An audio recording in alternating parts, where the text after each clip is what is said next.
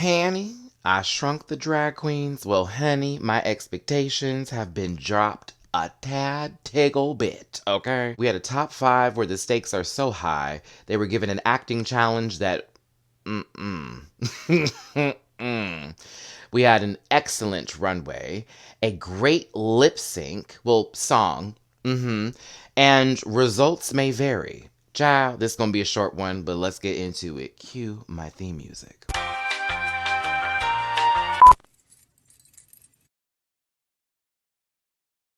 Listen.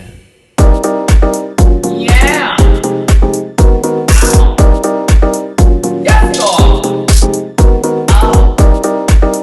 Get that out of there.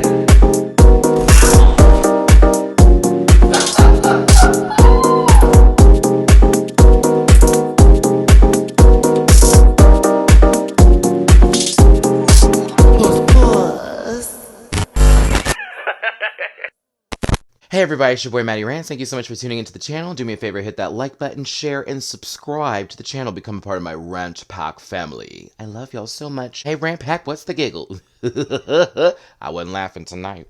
Oh, before I start, the panel will be all family this week, so it's going to be straight up me, Jamar, Dooley, Chris, and Blakeisha. So it's just family this weekend. After that, One More Finger Do will be our first special guest up starting for the April month. So yay! Excited, but let's get my social medias out the way. So it's at MattyRants on both Facebook, Instagram, TikTok, and Bookable on Cameo. And on Twitter at the MattyRants. Also on the Stereo app at MattyRants, where you can find my podcast with Dooley Does Food, which is food porn. It's not what you think. It's a mixture between us gushing about food and other life events and topics. And on Wednesdays with Blakeisha, it's online dating and the ghost who run it. Also, if you'd like to donate to the channel, y'all know I'm trying to get that CAR. I feel like I'm almost there. I'm still 1,000 plus short, but we're almost there. It's Cash App, $ MattyRants, Venmo, MattyRants, and PayPal.me/MattyRants. When I tell you I've been saving my money. Like, finding new ways to save my money. This is how this has been going down. Now that we got the social medias out the way, let's go ahead and get into this, kids. Once again, I don't think I'm going to make this a very long one. This is 5 queens. There was not that much to talk about. You know, we had guests come into the room, all that good stuff. So let's get started. After the elimination of Utica, the queens returned back into the workroom where everyone has sort of a different deposit to make into their bank. Simone's is a little shaken as she's writing her check amount in and trying to put down her signature and the dollar amount, while Candy's confidence has her cash and checks at the bank. The rest of the queens are just happy to be there but still need to step up because, again, this is top 5. Next day, the queens return to the workroom. Oh my god, we all can fit around the table. Whoop! RuPaul's face pops up on the screen, and RuPaul with either a glued-on mustache or just it was there and then it wasn't there the next minute. Certainly wasn't blended out on stage. And RuPaul presents them with their Maxi challenge. Henny, I shrunk the drag queens. Child, okay. This is an acting challenge that seemed very long, but continue. Each queen is given a character that's supposed to resemble somebody that's familiar to them, possibly themselves. Or other contestants that were on the show, or how the whole story arc goes with casting. There's Dominique pairing on. I always feel like I say that wrong. I really do. So, Matt, I hate when I do that. Then the other roles were ginger ale, brandy, chardonnay, and margarita. All drinks. Everyone's good about getting their roles until we get to Candy and Simone. So, you know, Olivia's like, I'll take ginger ale. That sounds like me. Bad decision. Gottmik said they'll take Chardonnay. Continue. Rosé as Brandy. Yep, pretty Rosé. Everyone sort of picked who they thought they would already be good at based on their own personalities. So when it came down to Dominique between Simone and Candy, Candy was not going to budge. That was a boulder sitting in the middle of the road for sure. And Simone, while she was fighting for it, she didn't fight hard enough. She felt like she wanted to do something different with Dominique. There you go. And Candy's argument was, well, Dominique's more for me, and Margarita sounds like Simone. Let's say Simone got her way and got Dominique. Do we think that Candy getting Margarita would have resulted in a better acting challenge for her? Candy got her way, baby, and after watching the skit, I sort of was like, I could have seen Candy in that role, but then again, we saw how it was portrayed. As the queens are preparing for their roles and getting their lines down once they realize this is a meaty script. And everyone's sort of giving their critiques on each other, especially towards Olivia. Very much that. Like, oh, Olivia's picking somebody she's, like, already played before, and the judges told her she needs range.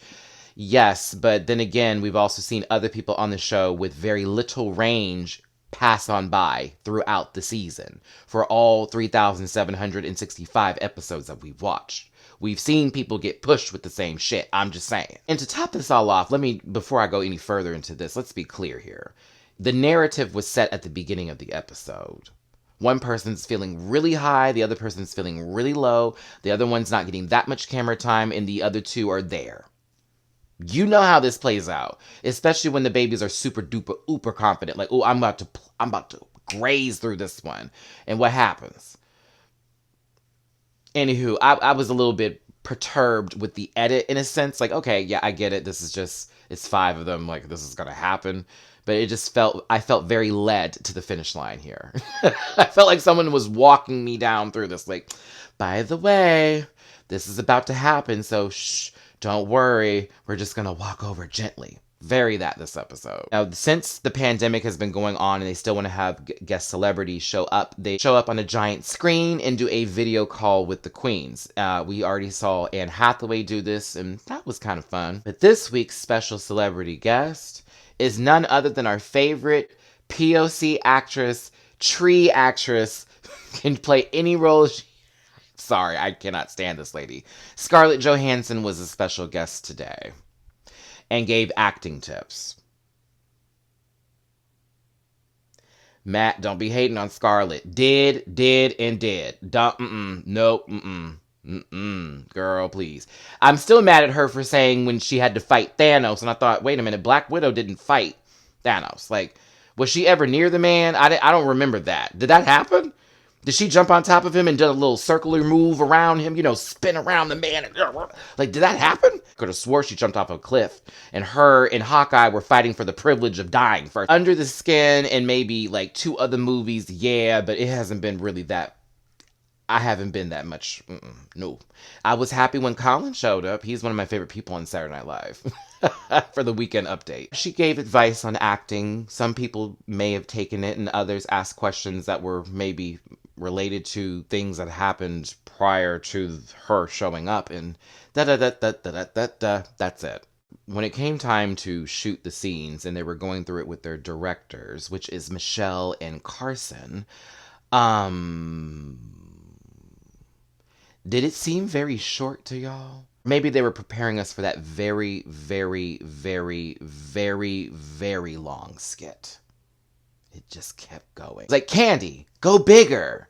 Wah! Bigger. Wah! Bigger. And even when they got to the main stage and they were giving that critique back, like, we were telling you you need to get much bigger. It was like, no, it kind of felt like you just wanted to laugh and you just made her do the same shit over and over again without actually any real direction. Go bigger, go big. Okay, can we elaborate on the big? Maybe in the industry, say when you're behind the scenes here, you wouldn't be given more than just go bigger, but I'm thinking for these babies to make this actually fucking funny, why didn't we just be real with Candy and say, sis, you sound like yourself, can we do something different here, be a little bit more exaggerative or whatnot? Because it did seem like Candy played low for her role. Olivia decided to be her own producer in this moment by consistently asking a lot of questions.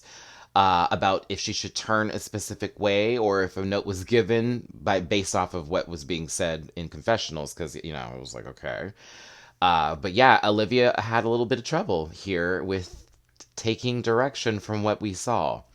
Simone was given the poo edit. Yeah, Simone was given the poo edit. They basically set this up to make it seem like Simone was going to be in some real trouble this week. I'm telling you. It was, no, we need this done. No, that was messed up. This ain't working here. And when Simone was giving her, was doing her lines in the confessionals from people, I don't know about Simone. I said, girl, this...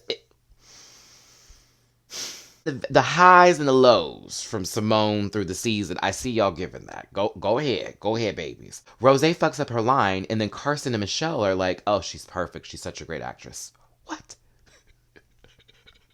I will say I liked Rose's bodysuit. I was kind of here for this Power Ranger ensemble with this pink wig. I was actually here for this look. I was like, okay. Got Mick. Hey, they gave you the assignment of being allergic to cats, and that's what you gave. They patted you with this pussy tail and hachu. I wasn't laughing as much as the rest of everybody, but I entertained. Entertained. So that was filming. That was that. The yes, no, yes, no. So we make it back to the workroom and the queens are getting ready. Of course, banter is exchanged back and forth, but Simone has a breakdown moment and I was very upset for her.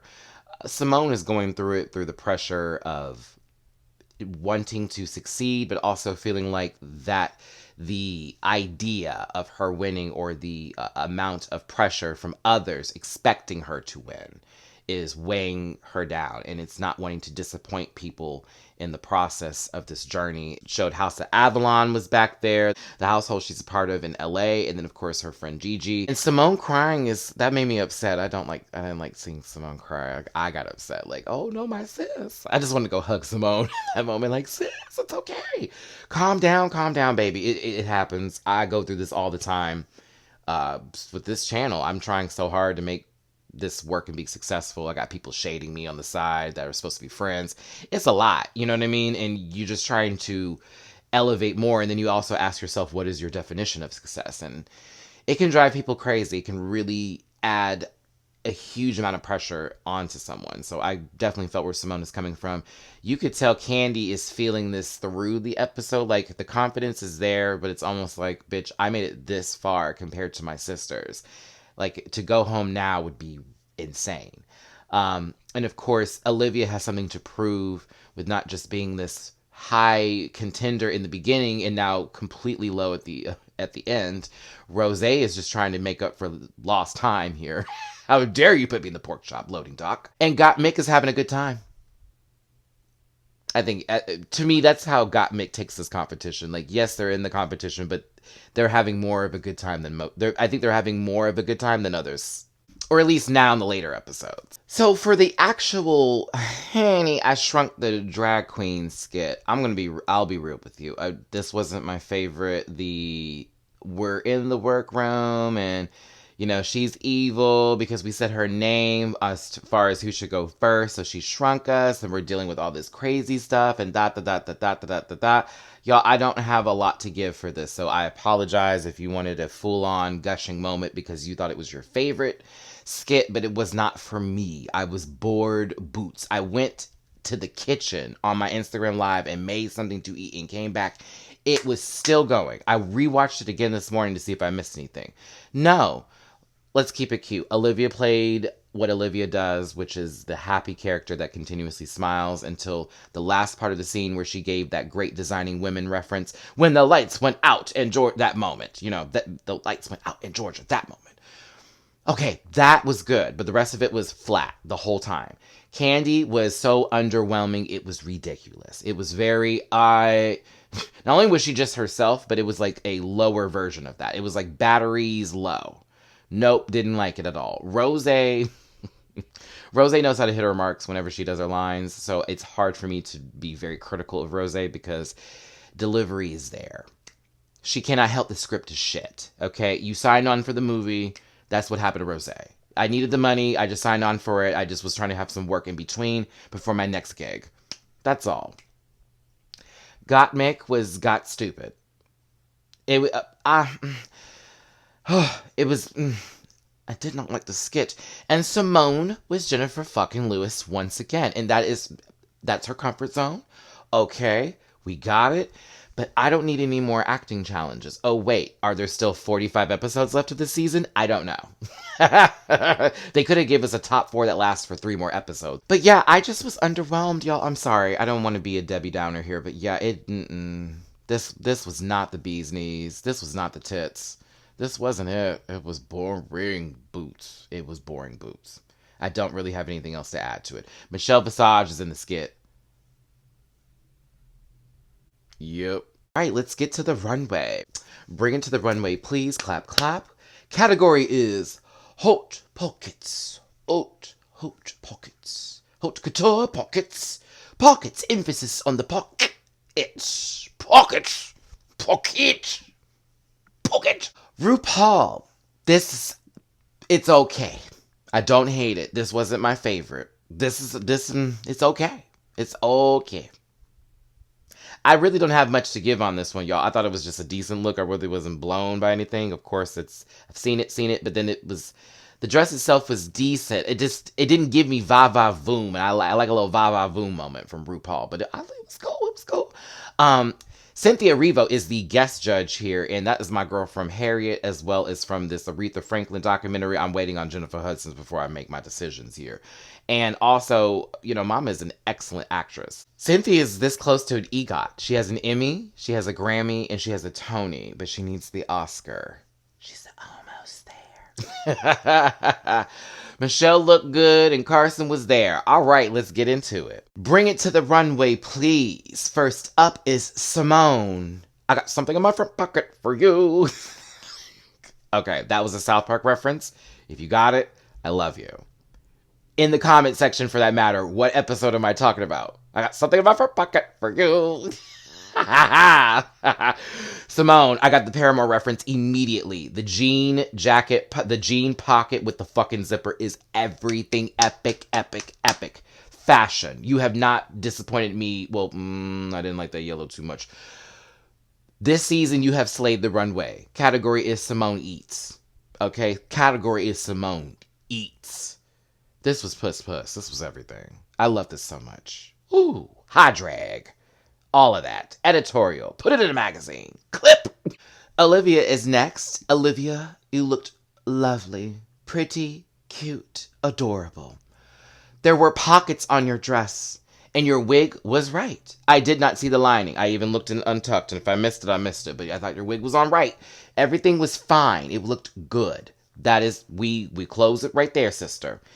To me, I felt like it did need to get a little bit more extra, a little bit more, not avant-garde, but couture, very haute couture-ish with the pocket scene and scenario. I think you could have gone a little bit bigger. And while this is beautiful, I think this is gorgeous, honestly. It's a cute dress. It's beautiful. It's not wow. It's just a great dress. The pockets are cute on it, though. But I liked it. It just didn't, I'm not wowed. It was lovely. Just lovely. Rose, I live for this jacket poncho pocket number that goes into this mod dress 60s, all pockets, the black and the white tees. The wig was right. The makeup was good. I was here for your full presentation. I really was. This was actually a vibe for me. I kind of like this a lot, y'all. I'm into the 60s mod style. I think that's such a cool style, and I love how Rose did this. This was very, very good. And I'm so glad that Rose has not come out in anything Tulle in a very, very long time. Oh, God. I'm so nervous for the finale. What is her dress going to look like? Please, God, don't let her come out like a giant Tulle. Please. A giant Tulle. Up next is Candy Muse. So, okay. I want to be good here. I would like to be good. Candy, so when you put that wig on top of your head and you saw how it fit on your head, did you not think to yourself, oh shit, this doesn't make any fucking sense? And when you were in the mirror and doing your makeup, did you not have that same thought to yourself? That same realization of foolishness and fuck shit and fuckery, for that matter, that you put on top of here? Because baby, from here up, I was like, I'm not even gonna say chop, I wanted to just destroy. Like, boo, ooh, no. Now this look underneath, though, downstairs, the rest of the elevator ride to hell, I feel like if this was styled differently,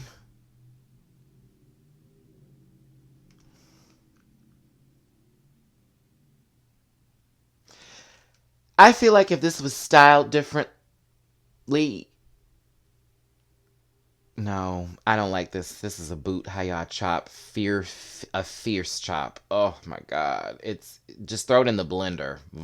Just no, smoothie. Just no. I'm trying.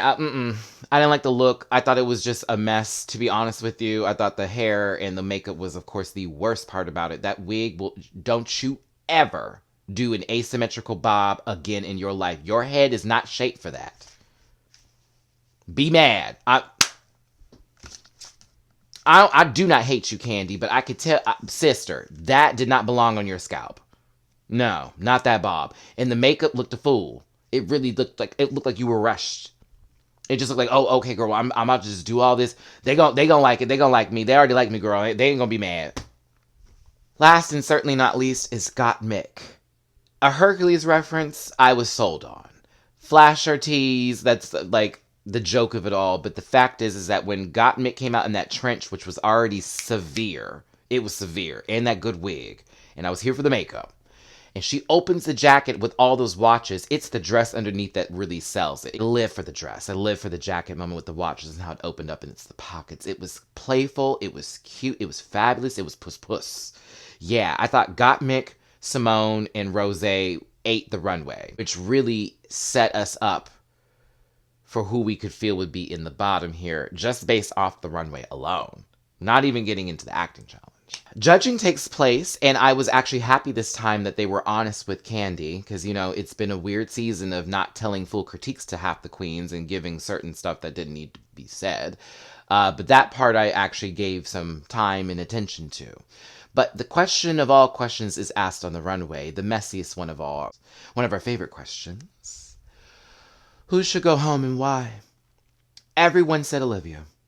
Everyone said Olivia. She's not ready, she's not ready, she's not ready. Now, when Olivia's asked this question, our favorite chipmunk decides that she is going to be silente. I can't say anyone, and I can't say myself.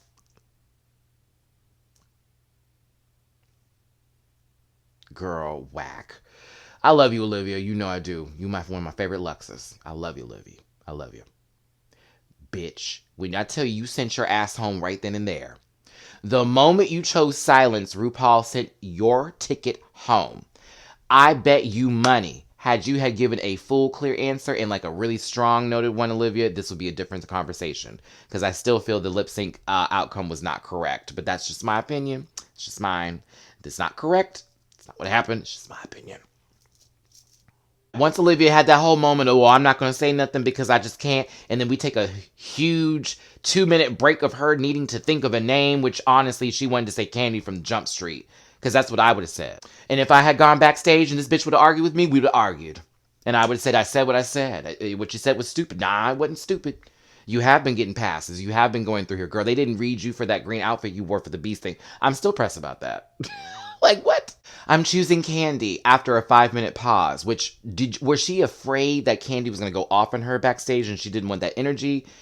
Either way, she should have stuck to her guns. I was a little bit pressed with that moment. But after all that happened, the queens go backstage, then return back after judging. The winner is Rosé, and we could see that. We could see Rosé winning. I thought Rosé, Simone, and I thought Rosé and Simone were the best in the acting challenges, and Gottmik, Rosé, and Simone were the best on the runway. Leaving the bottom two to be, of course, Olivia Lux and the Candy Muse. The lip sync song is Strong Enough to Live Without You. Oh, share. Unpopular opinion, but my opinion may be a popular opinion. I thought Olivia did a better job in that lip sync. You hate Candy. I do not. I will yell that forever. I will say it to Candy's face. Okay? I do not hate you. I don't think that you won that though, sis. I thought Candy was not as polished with the performance as Olivia was. Olivia was hitting counts. Olivia was kind of very cutesy. I was really entertained by Olivia's performance. I was here for her. Even her little turnabouts. You know, the Ellie Diamond dance. Remember, everybody? The LED. Girl. Both her and Candy were doing little twirl moments, but I don't know, was the glitter the end all be all when Candy won because of glitter in the pocket? Was that it? I'm still confused by that one. I thought Olivia won, but I also thought even if Olivia won that one, no matter what, I still felt like she was going to go home this episode. And I felt like they already had plans for Candy to go to top 4. On top of that, when Olivia gave that whole, I'm going to give you a -5 speech here when a question is asked about who should go home, I think RuPaul did set up like, oh, okay, like, no. She's going to have to do something crazy to make me want to keep her here. But Olivia Lux was eliminated from the competition, and Candy Muse has made her way to top 4 on RuPaul's Drag Race Season 13. You were one of my favorite contestants, smiles and all, a complete sweetheart. You have diva in you. I'm a diva. And I think that if you do come back for an all-star season, you should bring that bitch out. Like, don't come in with just smiles. Like, we already see that from you. We know you're a sweetheart, babe. You can be a villain now if you want to. Okay. Olivia, it's been a great season. I had a good time watching you on the show. The Beethoven look was one of my favorites. It's been a fun ride, and we'll miss you, doll. Now, for Untucked, I gave it a little watch. Untucked has been kind of boo, Wendy Testerberger boo this season, because once Tamisha left, it was over. all tea. Once Tamisha left, it was over. And I'll even give Elliot that credit. Once Elliot and Tamisha left, it was over. People were worried, but Candy was high blood pressured worried, overheated worried, had to leave the scene several times worried. It was like, oh, we're going to get camera time for other folks because it's been the Candy show for most of this. Nope. Candy has some serious issues where she could have possibly been hospitalized, being serious here, over high blood pressure, being overheated, and the stress that she was under from realizing that she didn't do a good job. And Olivia got to see her mom and her grandma on screen. It was great to see her grandmother because they had a huge argument prior to her leaving, and she doesn't agree with drag, so it was nice to see that support. Candy's back into the workroom. Everything's fine. Cynthia Erivo comes back there. Hey, everyone, I just wanted to talk to you. Candy can't, gotta go. Blood pressure's still high. RuPaul asked Candy, can you perform? Are you okay? Yeah, everything's fine. It was like, all right, that was Untucked, everybody. Simone was a good friend and checked on Candy. I was like, if Candy isn't going to top 4 after that Untucked, I don't know what to tell nobody. Like, whoo, the dramatics.